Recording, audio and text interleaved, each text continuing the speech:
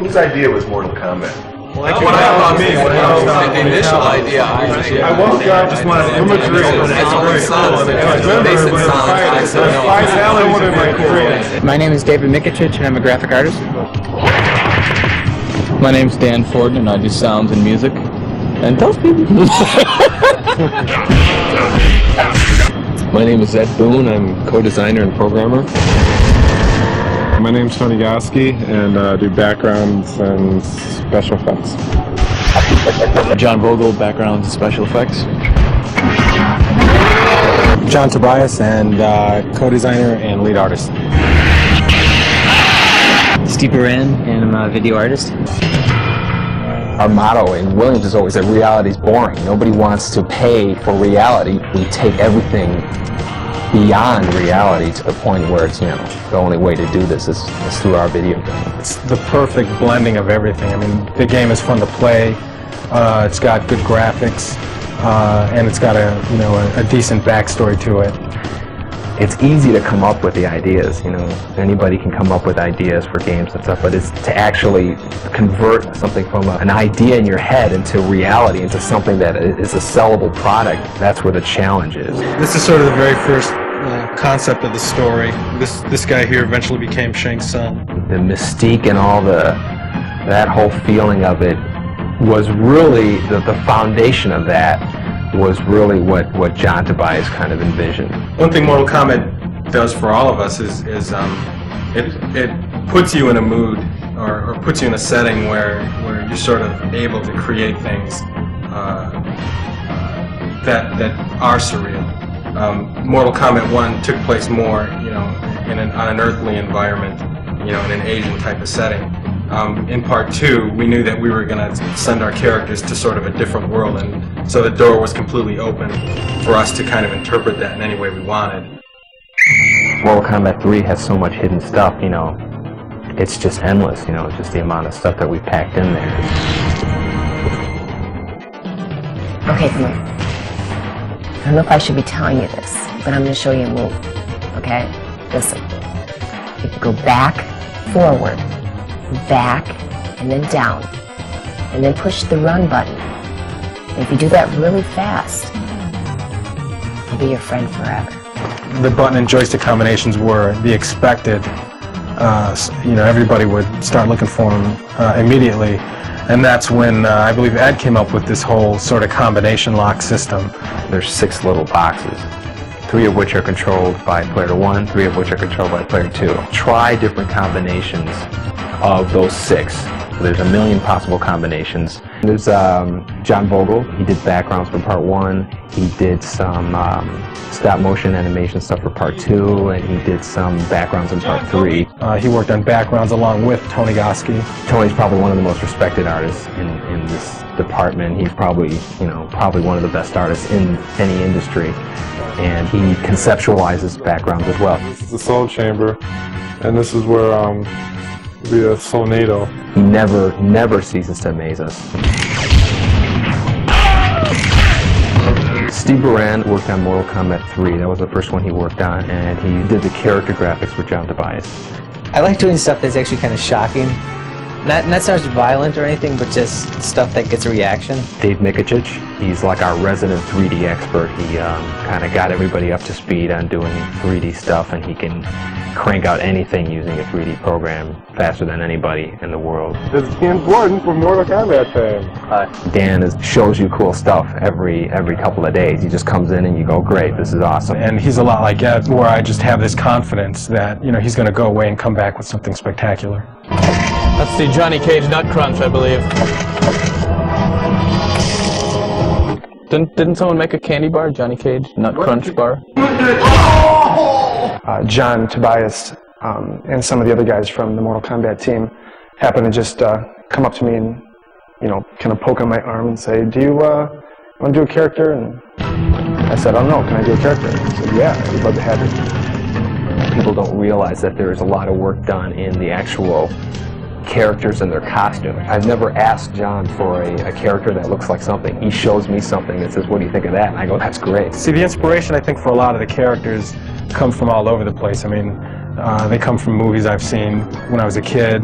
They come from books I've read. I mean, everybody gets inspiration from somewhere. I started out with NBA Jam as a cheerleader, and then I went to Revolution X as Mistress Helga, and they asked me to do Mortal Kombat. They needed me Sonya. I said, sure, I'd love to do it. Pizza man. When I was a character here, that sort of like funded me going to school because I wanted to be an artist like all my life. As with all the Mortal Kombat games, the characters are definitely the most interesting of any fighting game. Hey, get out of here, man. It's supposed to be Between Sector and Raiden, who would win? Sector's got it. Raiden would win. Sector's got it in the bag. Raiden would win. Don't even try that.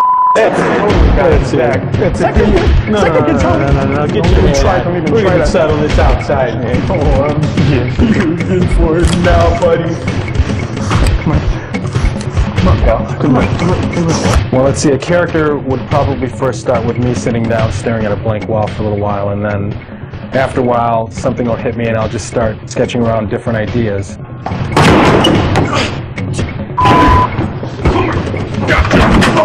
We went months and months not having names for these characters, and then we'd have these powwow sessions where everybody would kind of throw out names. Shang Tsung. Look at that Saibot. Ignore Shang Tsung. Saibot Combinations and for Shang Havoc. Tsung. But maybe it was a military prototype. And the other one was just like a security guard at a mall that didn't work out right. Saibot X11. There goes X11. See, anything with X is cool. I like X11. There it goes. Saibot. That's the bias backwards. Yeah, no, but I think it sounds cool. That does sound cool. Everybody says Saibot. That could be a good name for the robot. Saibot. You're gonna have Mayo as the secret character. No Saibot. Oh, man. Why? DEFCON is overused. Where? Everywhere. No. I've heard that so many times. Yeah, every time you watch War Games. Yeah, well, you know what's gonna happen? We're gonna come up with all the names. We're all gonna like them, and Ed's gonna hate every one of them. 95% of them, somebody would say a name, and then there'd be one of us, of the 5 or 6 of us, who would just, have a heart attack just because they hated it so much. And then we're like, okay, I guess that's a no.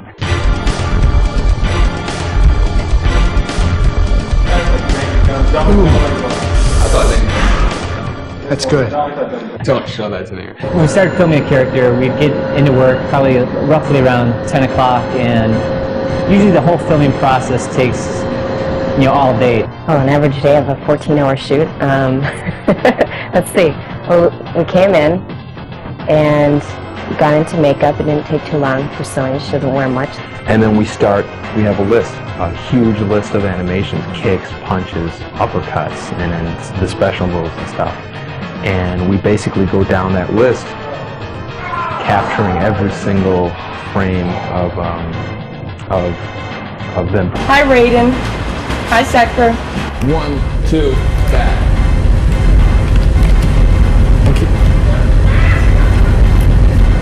Yeah, that's good. Let's try that one. You have to do each move 8 ways. As you see, a joystick goes 8 different ways. So if I was to do a front kick, I'd have to do it frontwards, backwards, sideways, and diagonal 4 different ways. This is why we have the tape on the floor, just to keep them facing the right direction.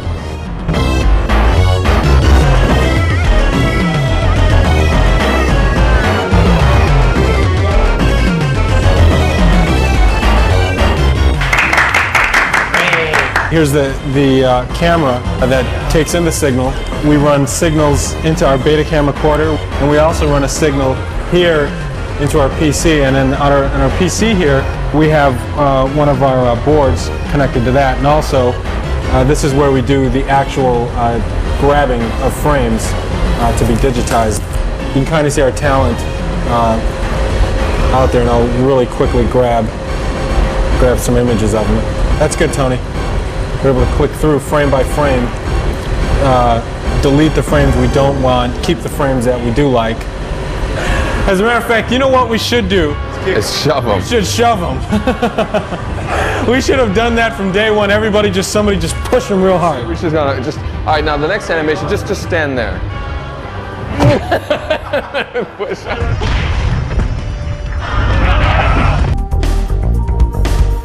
The day that we spent filming is probably, like 2% of the entire amount of time that has to be devoted into doing it. Once we get the digitized image, it's a lot like painting. And right now we're going through a process where we sort of filter the images through. We'll grab the image, and Steve Baran will start and do some Photoshop on the guy, and then we'll hand him over to Tony, who does some touch-up.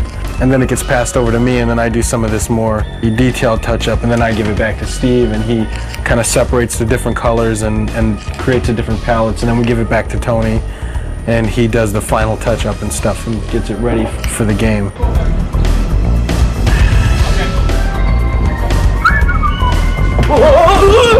I did a drawing of this and everything. In 3D, you can make it any size and any lighting, any angle you wanted. Dave Michich did this, the 3D version. It's just ornamental, it's just like kind of a really neat background thing. But I was telling Ed about the story, like it's a soul cage. I'm working on a friendship move for our Shigoro character. That's her tentative name. She doesn't have a real name yet. Her move is she's going to turn around and she's going to pull out sort of plates and little sticks, and she spins the plates on the sticks and balances them on her hand, and she does this with her back towards you. Shiva wins. Friendship. This is Shang Tsung morphing into the robot ninja, who we call Ketchup right now, because right now there's a red guy and there's a yellow guy, so we call them Ketchup and Mustard. But they will have real names later on.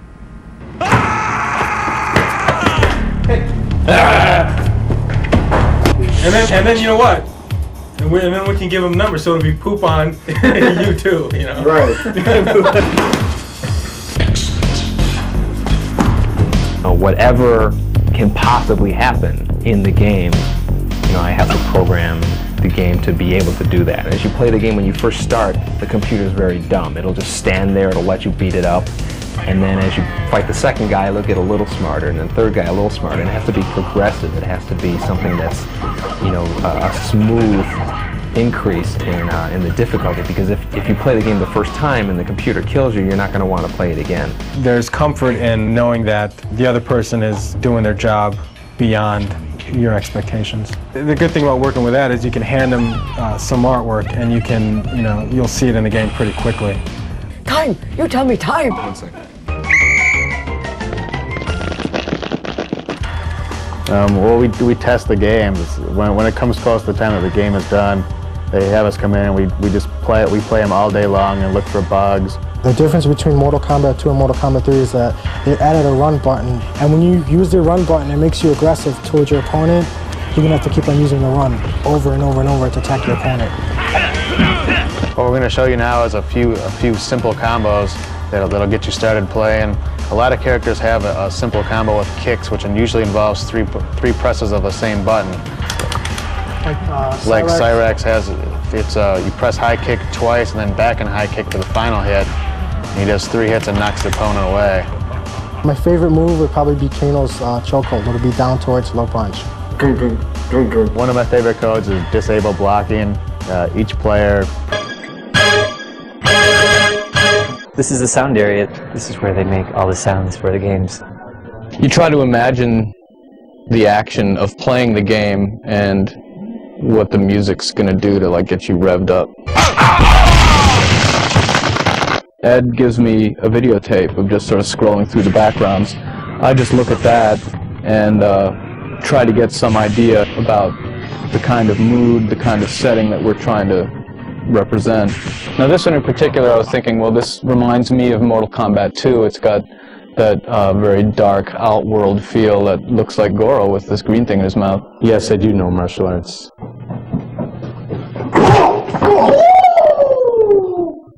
Kung Fu. I try to get a rhythm going and then fill it out with harmony.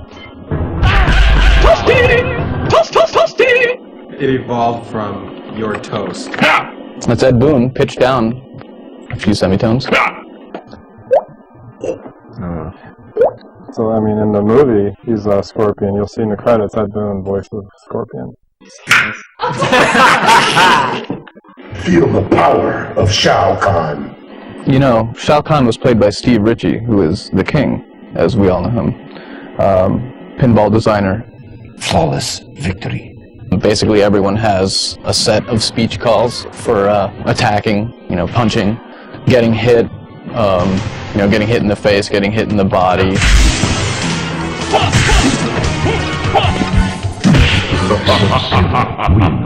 We do the arcade version, which is the original one, and then after that, it's one's been out for about a year or so, and then they start converting it into the home platforms, that's where you get the Sega Genesis, the Super Nintendo, the PlayStation, and all that. Well, the Chicago guys send us the assembly source code, and then we go line by line and convert it into C.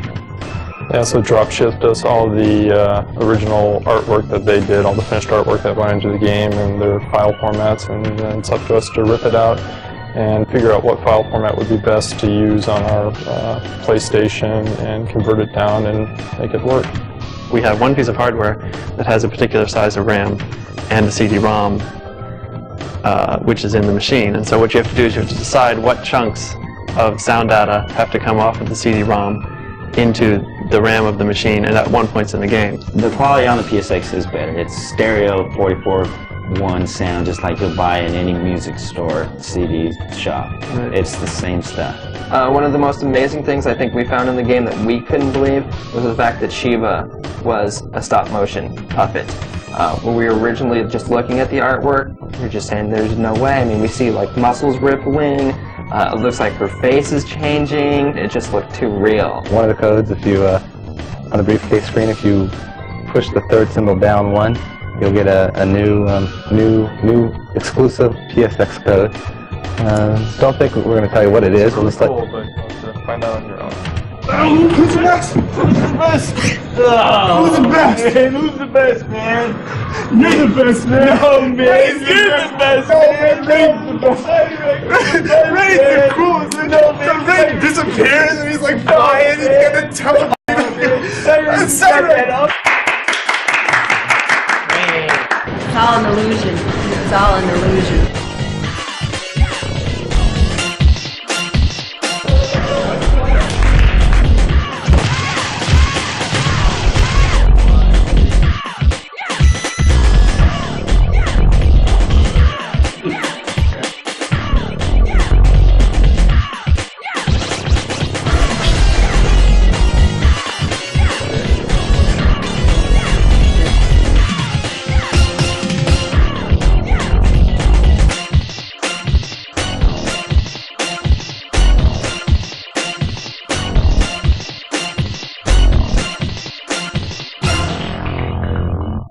Open sesame.